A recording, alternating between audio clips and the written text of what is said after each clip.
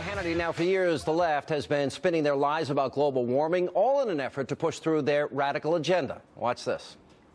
Dirty energy causes dirty weather, and we have to come to our senses and do something about it. We do not have time for a meeting anywhere of the Flat Earth Society. But the debate is settled. Climate change is a fact. And when our children's children look us in the eye and ask if we did all we could to leave them a safer, more stable world with new sources of energy, I want us to be able to say, yes, we did.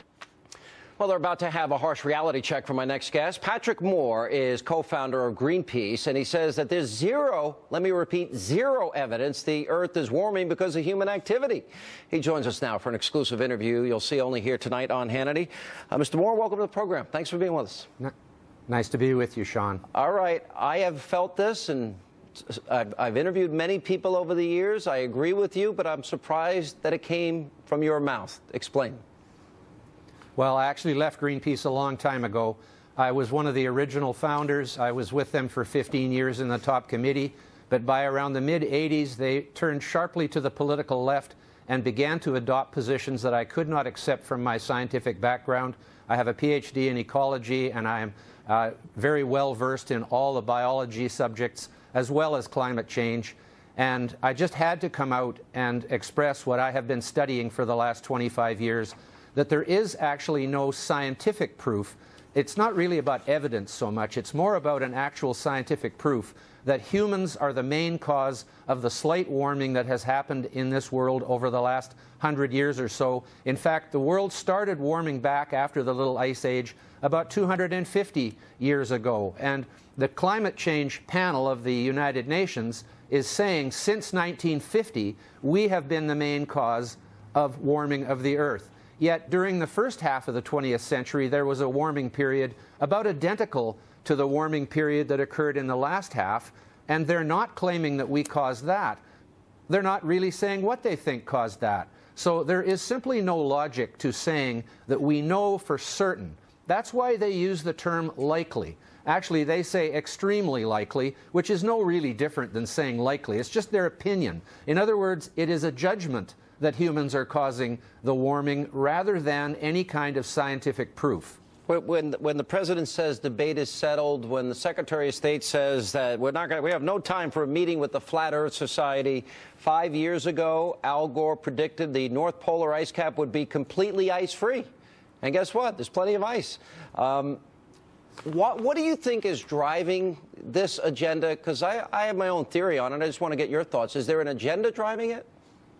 It is a powerful convergence of interests among a very large number of elites, including politicians who want to make it seem as though they're saving the world, environmentalists who want to raise money and get control over very large issues like our entire energy policy, media for sensationalism, universities and professors for grants. You can't hardly get a science grant these days without saying it has something to do with climate change. It is a kind of nasty combination of extreme political ideology and a religious cult all rolled into one, and it's taken over way too much of our thought process and way too much of our priorities. There are millions of children dying every day from preventable vitamin deficiencies and diseases, and we are spending hundreds of billions of dollars on a problem that may not exist.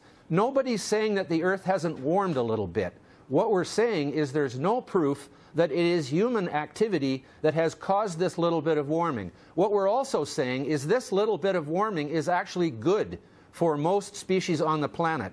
Ice and frost are actually the enemies of life, and for most of the Earth's life history, it has been much warmer than it is today, and CO2 was much higher than it is today. People need to study the long history of the Earth. These true believers in climate change are only looking at the last 100 years. That is a blink in nature's eye. We've had billions of years of climate history in this world, and if you look at just the last half billion of them, the most recent half billion, you will see that CO2 is lower now than it has been through most of the history of life on Earth, and so is the temperature. Do you expect to be attacked by those that are part of this cult, as you call it, and those with this agenda? Because I would expect that coming from you, as well-informed as you are, that you're probably going to come under some heavy fire. Do you expect that? Yes, I do, but I have no qualms about it, Sean. I know this subject very well. I understand that actually water vapor is the key to understanding the impact of CO2 increase on global warming and climate. And all of these climate models, and of course it doesn't matter how sophisticated a climate model is, it is not a crystal ball.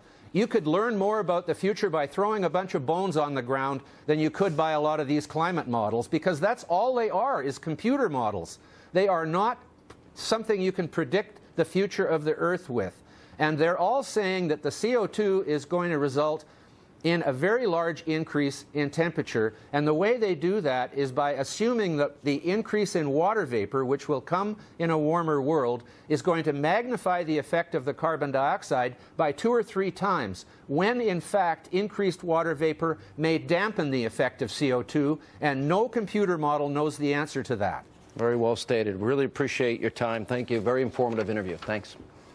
Nice to be with you.